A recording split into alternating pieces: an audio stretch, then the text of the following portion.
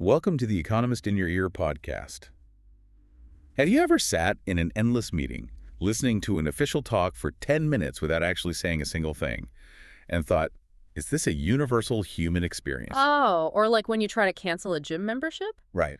Or getting a straight answer out of a health insurance company? You sit there on hold listening to terrible elevator music, and then you finally speak to someone who uses just a tremendous number of words to communicate absolutely nothing. Yeah, it's a very specific kind of powerlessness, isn't it? Totally. And, well, that feeling of being trapped in this maze of polite evasion is exactly what we are unpacking today. We're looking at a fascinating piece titled, Why a 1980s British Sitcom Won a Devoted Audience in China. Which is just such a wild premise to wrap your head around. It really is. I mean, we're talking about Yes, Minister. It's a BBC political comedy from the 1980s. Yeah. So, for context, picture the era of cassette tapes, massive shoulder pads, and early clunky desktop computers. Right? Very dated. Yeah. Yet somehow, this very specific, very retro show is experiencing this massive, vibrant second life right now on Chinese online video platforms. Which, I mean, on the surface, that sounds like a glitch in the cultural matrix, right? Yeah, a bit, yeah. Like a show fundamentally about the inner workings of the British parliamentary system from 40 years ago blowing up in modern digitized China. But looking closely at the phenomenon, it becomes clear this is far more than just some quirky internet trend. Exactly. It's really a lens into how political satire helps us, decode incredibly complex bureaucratic systems. Because the frustration of dealing with officialdom, all the endless red tape, the non-answers, the delay, that's a global language. It really is. So to set the stage for anyone who hasn't seen it, Yes, Minister revolves around this perpetual power struggle. You have a hapless government minister who ostensibly holds the political power, right? Mm-hmm. And he's just constantly being outmaneuvered by his wily civil servants, the unelected bureaucrats who actually run the machinery of government. Right, and the whole premise really hinges on this fundamental conflict of interest. I mean, the minister is an elected politician, so he wants to make sweeping changes, launch popular initiatives, and, well, win the next election. Right, his time horizon's short. Exactly.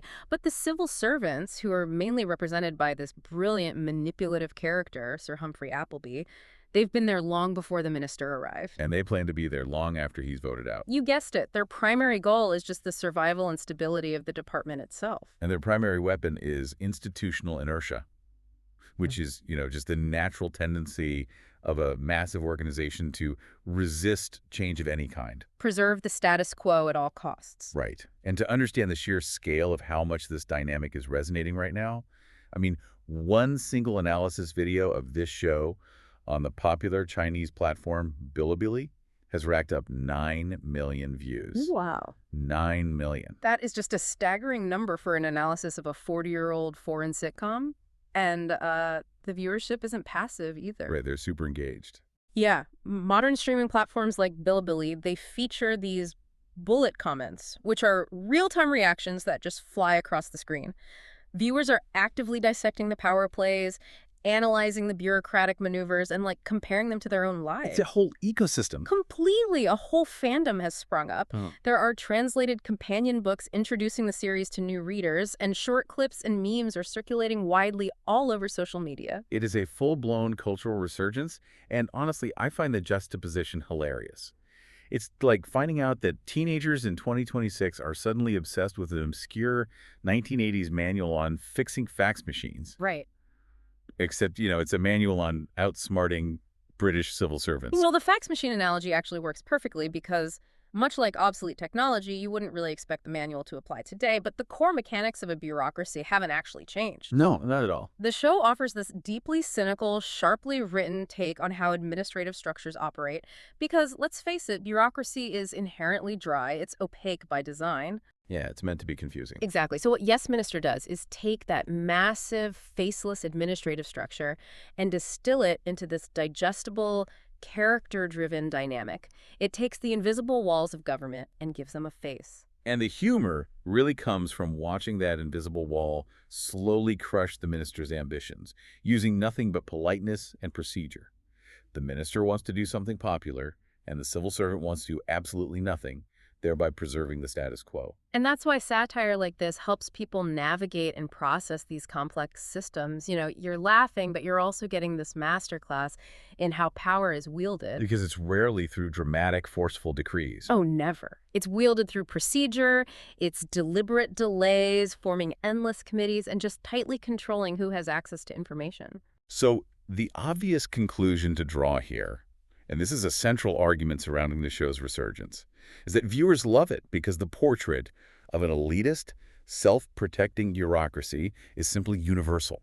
Red tape is red tape, whether you are in 1980s London or anywhere else in the world today. Right. The comedy of endless meetings and evasive answers translates seamlessly. Yeah. But I actually want to challenge this universal framing just a little bit. Oh, really? How so? Well, yes, the frustration is universal, but heavily leaning on the idea that this is just a classic that translates well might be missing a crucial dynamic. Like, is it possible that the hyper-specific British context is actually serving as a necessary safe buffer? Oh, I see where you're going with this. Right. By laughing at a completely foreign, decades-old administration, audiences are given a comfortable, politically safe distance to critique the everyday absurdities of bureaucracy in general. That introduces a really vital layer to how political satire functions in practice. Because satire, especially when it touches on governance and authority, it often requires a degree of separation to be broadly consumable. It has to have that distance. Exactly. If a show is too close to home or too reflective of an immediate political reality, well, the humor evaporates. It stops being a shared joke and starts feeling like a pointed local political debate. It generates tension. Yeah, it provides plausible deniability. You aren't criticizing your local official. You're just laughing at a stuffy British guy in a tailored suit from 1982. The distance is the entire point. Because the show is so undeniably, unapologetically British. I mean, the RP accents, the highly specific Westminster parliamentary procedures, the wood-paneled offices. Right. It creates this impenetrable protective shell.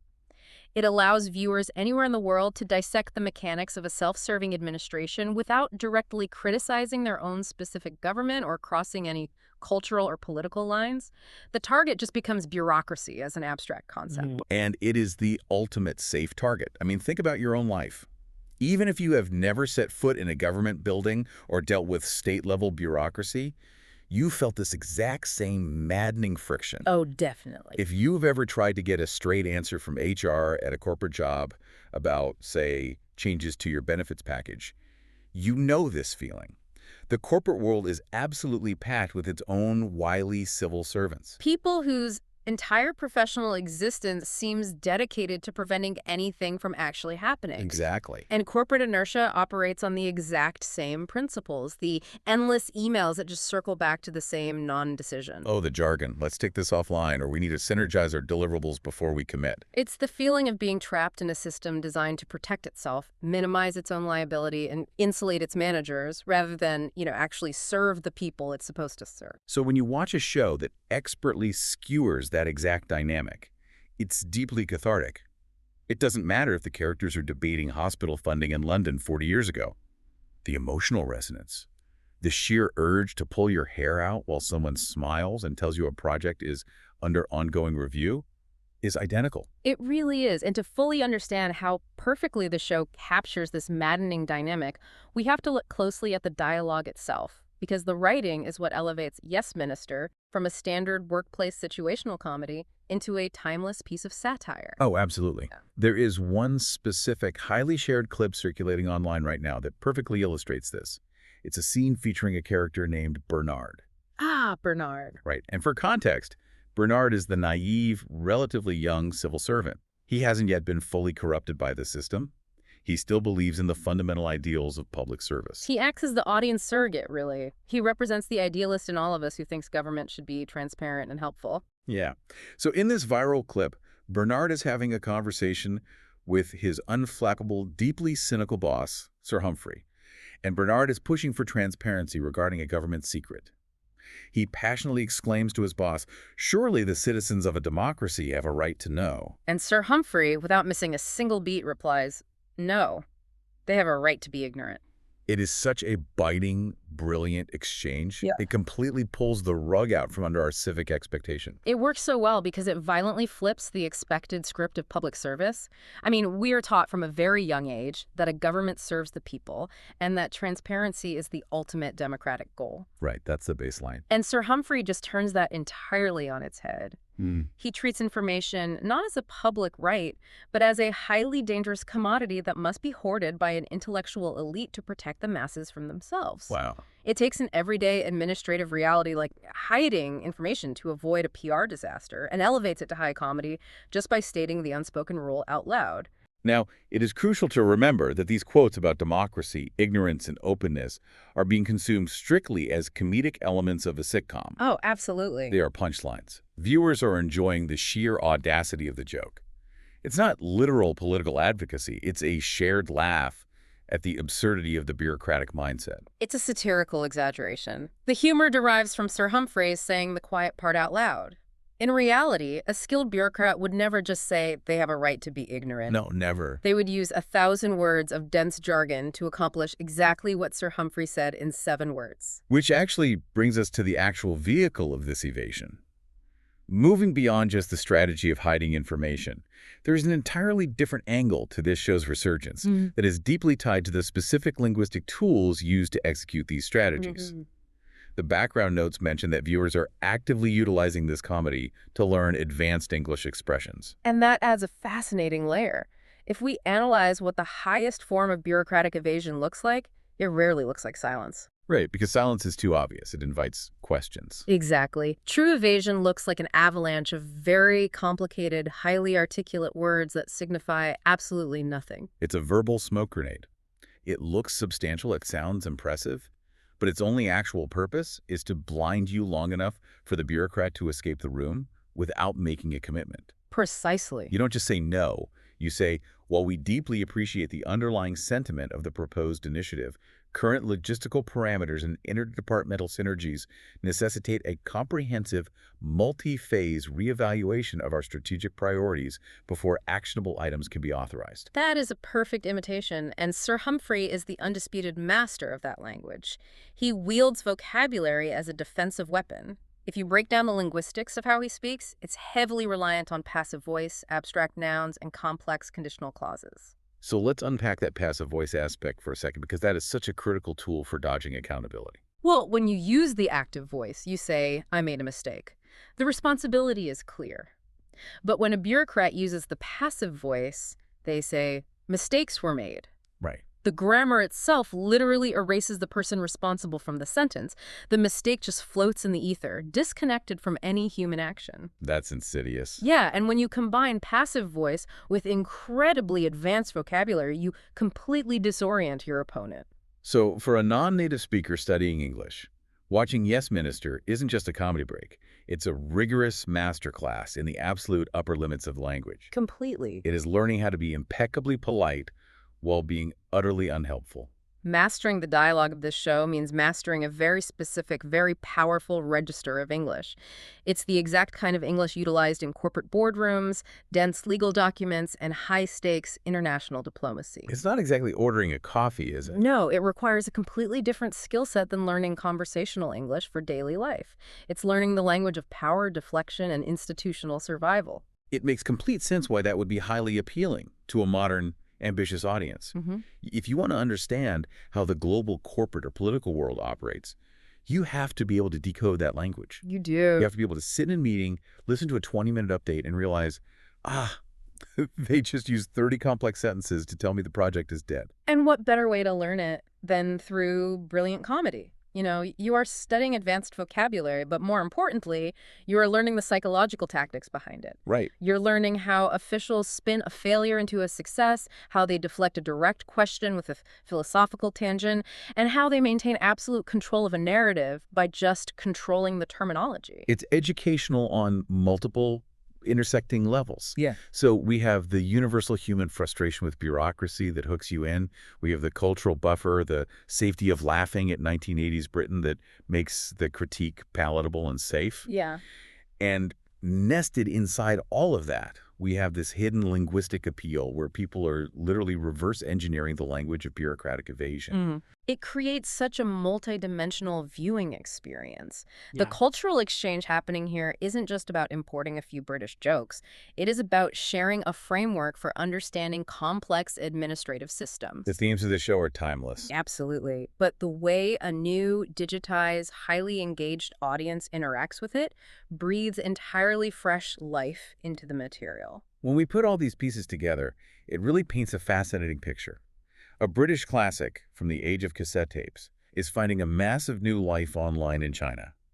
It proves that sharply written political comedy travels remarkably well. It really does. And it travels well because the daily friction of dealing with an elitist, self-protecting bureaucracy is just a universally shared human experience. Whether you are dealing with a local zoning board, a massive tech company's customer service, or a government ministry, we all know what it's like to be stonewalled by a Sir Humphrey. The mechanisms of administration, the endless committees, the strategic delays, the art of saying nothing, they are the universal building blocks of officialdom everywhere. Yes, Minister takes that frustrating, often soul-crushing reality and makes it manageable by making it hilarious. And it executes that premise with such a high level of linguistic wit that audiences decades later are using it as a textbook for the advanced vocabulary of evasion. It's a massive testament to the brilliance of the writing that it can function simultaneously as pure sitcom comedy, a sharp critique of institutional inertia, and a high-level linguistic tool. It really highlights the unique power of media to bridge vast cultural and temporal gaps, sparking conversations about the very nature of governance, transparency, and the language of power itself. Which leaves us with a final thought to chew on today. If a 40-year-old sitcom about British civil servants perfectly mirrors modern administrative absurdity across the globe, what does that actually say about us?